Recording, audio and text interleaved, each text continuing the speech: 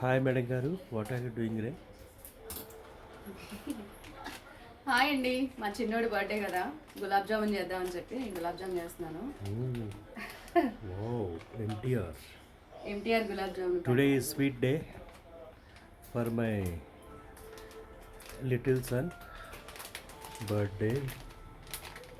So ఇలా packet gulab jamun అందరికి తెలిసిందే, కానీ నేను ఎలా చేస్తాను అనేది షూట్ చేద్దామని చెప్పి.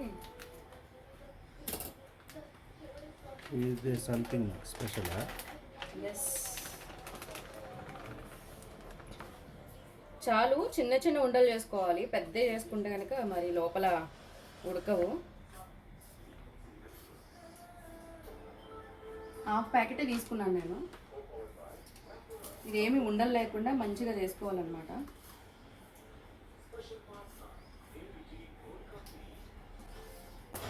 మత్తగారి పళ్ళు బాగుంటాయి, నవ్వితే ఇంకా బాగుంటాయి. ఏంటి తినేదా అంటే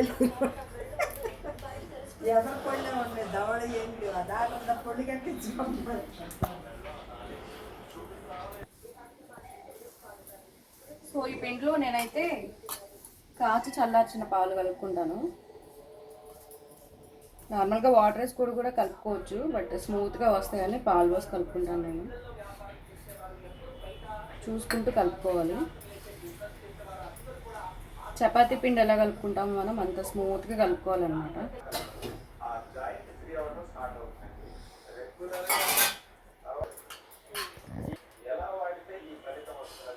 ఇలా స్మూత్గా కలుపుకోవాలి గులాబ్ జామున్ పిండి.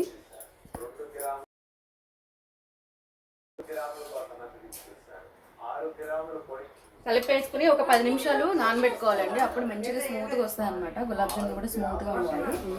సో ఇది పక్కన పెట్టేసుకుందాము. ఇది కొంచెం నానే లోపల మనము పంచదార పానకం తయారు చేసుకుందాం అనమాట. గులాబ్ జామున్ కోసం పంచదార పానకం చేసుకుందాం. ఈ లోపల పంచదార పానకం చేసుకుందామండి. పంచదార వేసుకుంటున్నాం కదా.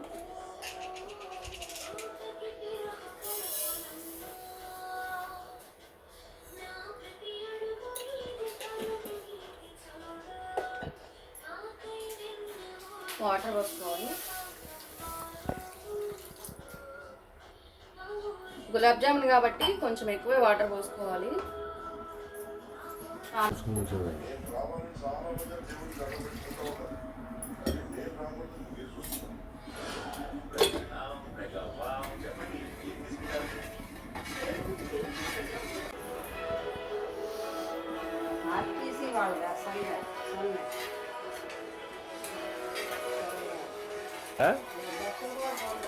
పాకం అవుతుంది, మొత్తం జరగదు చక్కగా.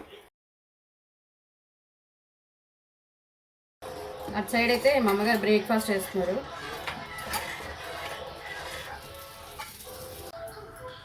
పిండి 10 నిమిషాలు నానబెట్టుకున్నాం కదా, ఇప్పుడు ఉండలు చేసుకుందాము. మంచిగా నానిపోయింది, ఉండలు చేసుకుందాము. చిన్న చిన్న ఉండలు చేసుకోవాలండి గులాబ్ జామున్కి. మమ్మీ గారు తమ్ముడు బర్త్డే కదా, ఏం స్పెషల్? నేను చేతికైతే ఆయిల్ రాసుకున్నాను స్మూత్గా వస్తాయని. గులాబ్ జామున్ చేస్తున్నాను, అదే స్పెషల్ ఇవాళ.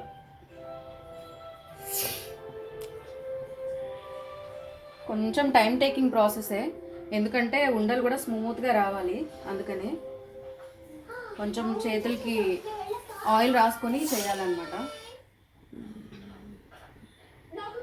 ఇలా రావాలి.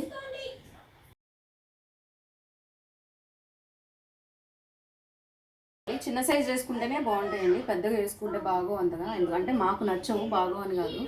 నేను ఎప్పుడు ఇలానే చిన్నగా చేస్తాను.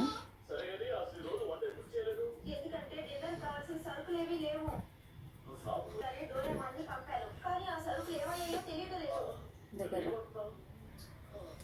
ఇటైతే పాకం అవుతుంది, ఇంకా అవ్వలేదు. అంతా కరిగిపోయింది పంచదార అయితే.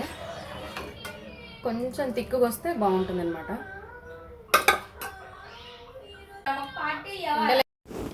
ఇక్కడ ఉండలు అయితే చేయడం అయిపోయింది, చాలా స్మూత్గా వచ్చాయి చూడండి. అలా స్మూత్గా చేసుకుంటే బాగుంటుంది అనమాట. గులాబ్ జామున్ లోపల కూడా చాలా బాగా వస్తుంది. సో ఇక్కడ నెయ్యి వేసుకుంటున్నాను వేయించుకోవడానికి. తక్కువే క్వాంటిటీ చేశానండి. ఎందుకంటే అందరికీ దగ్గులు జలుబులు ఉన్నాయి. తిన్న దగ్గర నుంచి ఉంటే కనుక తినేస్తారు, తిన్న దగ్గర నుంచి కూడా మళ్ళీ ఇబ్బందిగా ఫీల్ అవుతారు. సో అందుకనే తక్కువ క్వాంటిటీయే చేశాను నేను. సో ఇందులో ఇప్పుడు నెయ్యి వేసుకుంటున్నాను. వేయించుకోవడానికి నెయ్యి ఎప్పుడు కూడా నేను ఇంట్లోనే రెడీ చేసుకుంటాను. ఆ నెయ్యే వేసుకుంటున్నాను నేను. ఆయిల్లో కూడా వేయించుకోవచ్చు, కానీ ఆయిల్లో కన్నా నేతిలో వేస్తే ఇంకా చాలా బాగుంటుంది టేస్ట్. అందుకని నెయ్యి వేసి కరిగించుకుంటున్నాను. నేను ఎప్పుడు చేసుకున్నా నెయ్యిలోనే వేయించుకుంటానండి. సో నెయ్యి కూడా హీట్ అయిపోయింది. ఇంకా 1 by 1 ఉండలన్నీ వేయించుకుంటాను అనమాట. గోల్డెన్ బ్రౌన్ కలర్ వచ్చేంత వరకు వేయించుకోవాలి. ఎక్కువ వేయించుకున్నా కానీ మళ్ళీ గట్టిగా ఉంటాయి. గోల్డెన్ బ్రౌన్ కలర్లో అంటే కొంచెం ఎర్రగా అవుతూ ఉండాలండి. మరీ గోల్డెన్ బ్రౌన్ కలర్ అంటే కొంచెం తెల్లగా ఎర్రగా అట్లా ఉంటాయి. అలా కాకుండా ఎర్రగా రావాలంటే కొంచెం రెడ్ కలర్ వస్తే సరిపోతుంది. మరీ ఎర్రగా మాడిపోయిన దాకా వేయించుకోక్కర్లేదు. అంటే మనము అనుకుంటాం కానీ కొన్నిసార్లు 1, 2 అలా మాడిపోతూ ఉంటాయి. సో దానికి మనం ఏం చేయలేము. ఇంకా అలాగా అది చూసారు గోల్డెన్ బ్రౌన్ కలర్లో అలాగా రెడ్ కలర్లో వచ్చేంత వరకు వేయించుకోవాలన్నమాట. పాకం కూడా రెడీగా చేసి పెట్టాను కాబట్టి వెంటనే పాకంలో వేసేసాను. అలా వేడిగా వేస్తేనే గుంజుకుంటుంది మొత్తం పాకం అంతా కూడా ఉండలోకి. చల్లారిపోయిన తర్వాత వేస్తే కనుక గుంజుకోదు. ఎందుకంటే వేడి మీద వేస్తే ఆ వేడికి అది మొత్తం పాకం అంతా అబ్జర్వ్ చేసుకొని గులాబ్ జామున్ కూడా మంచిగా ఉబ్బుతాయి. స్వీట్నెస్ కూడా వాటిలోకి వెళ్తుంది అనమాట మంచిగా. సో అందుకని వేడిగా ఉన్నప్పుడే వేసేసుకోవాలి. 1 by 1 అలా వేయించుకొని నేను అందులో వేసేసుకుంటున్నాను అనమాట వెంటనే. అయిపోయిందండి గులాబ్ జామున్ చేయడం అయితే. చూడండి ఎంత బాగా వచ్చాయో, చాలా స్మూత్గా వచ్చాయి, బాగా వచ్చాయి. అవి నానితే ఇంకా చాలా బాగుంటాయి అన్నమాట. నానిన తర్వాత ఇంకా టేస్ట్ మంచిగా వస్తాయండి. వీడియో నచ్చితే లైక్ చేయండి, ఛానల్ని సబ్స్క్రైబ్ చేసుకోండి. Thank you.